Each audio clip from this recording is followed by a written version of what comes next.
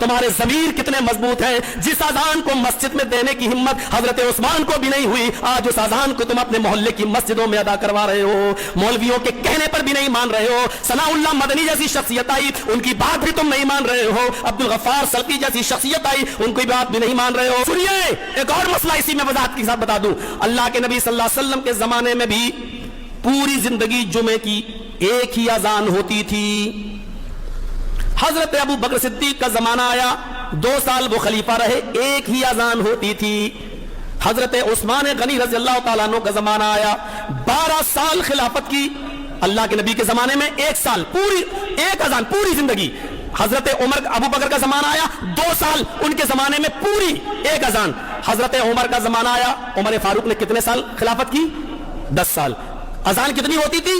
ایک۔ عمر فاروق کے پورے زمانے میں ایک اذان۔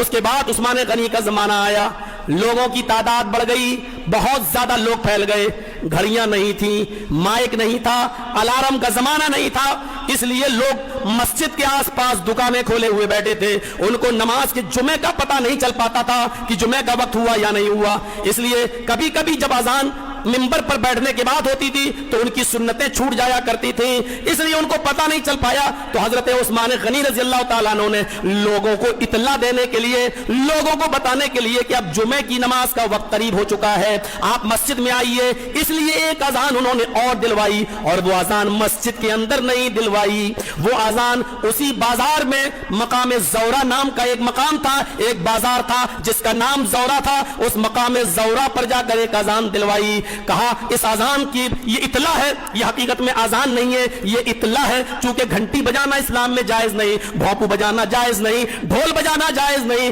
اس لیے اطلاع دینے کے لیے یہی طریقہ تھا کہ اذان ہی دے دی جائے، اللہ کا نام پکارا جائے، اس لیے حضرت عثمان غنی نے مقام زورہ پر ایک اذان دلوائی۔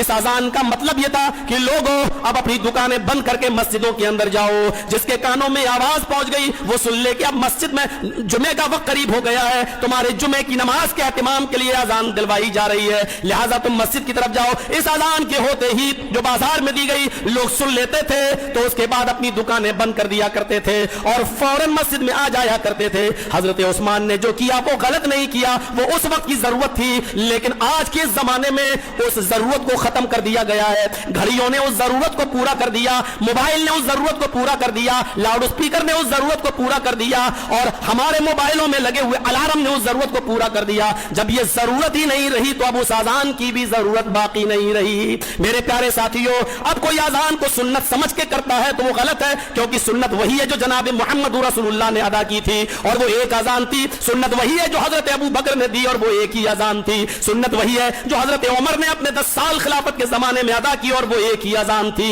سنت وہ نہیں ہے، وہ ایک ضرورت تھی جو عثمان غنی نے کی ہے، لیکن اس ضرورت کو پورا ہونے کے بعد اس اذان کو میرے بھائیوں بند کر دینا چاہیے۔ حضرت عثمان نے تو اذان دلوائی تھی کہاں؟ مقام زورہ پر، لیکن عثمان غنی کے بعد علی کا زمانہ آیا، عمر ابن عبدالعزیز کا زمانہ آیا، اس کے بعد یہ زمانہ بہت آگے بڑھتے بڑھتے پھر مروان ابن حکم کا زمانہ آیا۔ جب مروان کا زمانہ آیا، اس کمبخت انسان نے کیا کیا؟ مقام زورہ سے وہ اذان ہٹا کر مسجد میں دلوانا شروع کر دی۔ جو اذان حضرت عثمان نے بازار میں دلوائی تھی، اس بدعتی شخص نے اس اذان کو مسجد میں لا کر داخل کر دیا کہ اب اذان مسجد میں دی جائے گی۔ میرے بھائیوں، مسجد میں اذان دینے کی، دوسری یا پہلی اذان دینے کی ہمت تو حضرت عثمان کے اندر بھی نہیں ہوئی، اس نئے کام کو ایجاد کرنے کی ہمت تو عثمان کے اندر بھی نہیں ہوئی۔ عثمان غنی نے تو بازار کے اندر دلوائی۔ اے سردار ٹولے کے سرداروں، تمہارے ضمیر کتنے مضبوط ہیں، جس اذان کو مسجد میں دینے کی ہمت حضرت عثمان کو بھی نہیں ہوئی، آج اس اذان کو تم اپنے محلے کی مسجدوں میں ادا کروا رہے ہو، مولویوں کے کہنے پر بھی نہیں مان رہے ہو، ثناء اللہ مدنی جیسی شخصیت آئی ان کی بات بھی تم نہیں مان رہے ہو، عبد الغفار سلفی جیسی شخصیت آئی ان کی بات بھی نہیں مان رہے ہو۔ ارے مت مانو، کم سے کم جناب محمد رسول اللہ صلی اللہ علیہ وسلم کی تو مانو۔ اللہ کے نبی صلی اللہ علیہ وسلم کے زمانے میں یہ اذان ایک ہی دی جاتی تھی۔ میں یہ نہیں کہہ رہا ہوں کہ حضرت عثمان نے غلط کیا، ضرورت کے تحت کیا، لیکن اب وہ ضرورت نہیں ہے۔ آپ کو ڈاکٹر نے دوا دی، کھائیے، بخار اتر گیا، اب آپ نہیں کھائیں گے۔ جب ضرورت تھی تو آپ نے کھایا، ضرورت کے تحت ڈاکٹر نے دوا دی، آپ کو 5 دن کی دوا دی، 3 دن میں آپ صحیح ہو گئے، اب ضرورت نہیں کہ آپ کھائیں، ضرورت کے تحت دی گئی، ضرورت پوری ہو گئی، ختم کر لیجئے۔ اب آپ بار بار کیوں جائیں گے اور ڈاکٹر کی دوا صحیح ہو جانے کے بعد کیوں کھائیں گے؟ جب وہ ضرورت ختم ہو گئی تو ہمیں اس اذان کو ختم کر دینا چاہیے۔ یہی شریعت ہے۔ آج نہیں مانو گے میرے بھائیوں، کوئی بات نہیں۔